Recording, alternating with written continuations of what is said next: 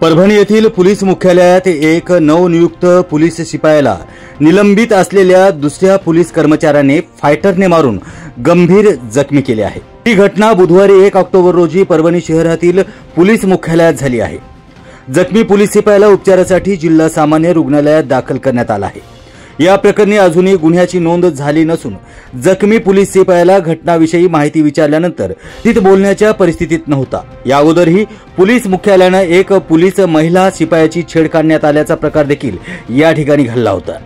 या प्रकरणातही कोणतीही कारवाई झाली नाही। मात्र जिल्ह्याचे पोलीस अधीक्षक नेमकी काय भूमिका घेतात याकडे सगळ्या परभणीकरांचं लक्ष लागलं आहे।